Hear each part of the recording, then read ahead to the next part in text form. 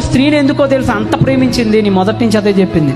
ఎందుకు స్త్రీ అంటే దేవుడికి స్పెషల్ అంటే ఏం లేదండి, స్త్రీని చూసినప్పుడల్లా దేవుడికి సంఘం గుర్తొస్తుండేది. ఎవరు? సంఘం. మీరు నిజంగా ఆదాము అవ్వలు ఇద్దరిని జాగ్రత్తగా పరిశీలించండి, క్రీస్తు సంఘమే గుర్తొస్తుంది మీకు. ఇందాక నేను చెప్పినట్లుగా ఆదాముకి ఎవరి వల్ల మరణం వచ్చిందమ్మా? హవ్వ వల్ల. యేసు ప్రభు వారు మరణించాల్సింది కర్మ ఎవరి వల్ల వచ్చిందమ్మా? సంఘం కోసమే ఆయన మరణించింది. ఎవరి కోసమా? ప్రాణం పెట్టింది ఎవరి కోసం? వరుడు ఎవరు? క్రీస్తు. వధువు ఎవరు?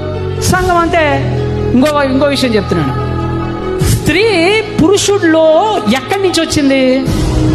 ప్రకటముగా. సంఘం ఎక్కడి నుంచి పుట్టింది ప్రభు దగ్గర నుంచి అంటే అది కూడా మీరు గమనించండి. పక్కలో బల్లెం పొడి పొడిచారు ఆయన. ఎక్కడ?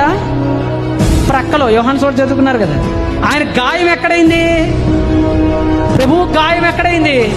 ప్రక్కలో గాయమైంది. ఈ ప్రక్కలో గాయం అవ్వటం ద్వారా ఎవరు పుట్టుకొచ్చారు? సంఘం. ఆదాముకి ఎక్కడ గాయమైంది? ప్రక్కలో. ఇక్కడ ప్రక్కలో గాయం అవటం ద్వారా ఇక్కడ ఎవరు పుట్టుకొచ్చారు? హవ్వ. అంటే ఆదాం పొజిషన్లో మీకు ఎవరు కనపడుతున్నారు? యేసు ప్రభు.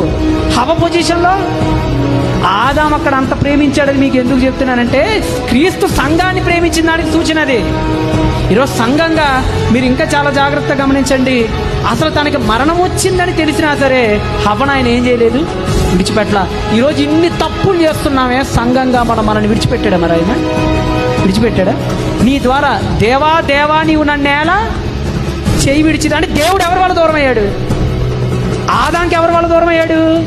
హవ్వ వల్ల. యేసు ప్రభుకి ఎవరి వల్ల దేవుడు చెయ్యి వదిలేయాల్సి వచ్చింది, విడిచిపెట్టేయాల్సి వచ్చింది?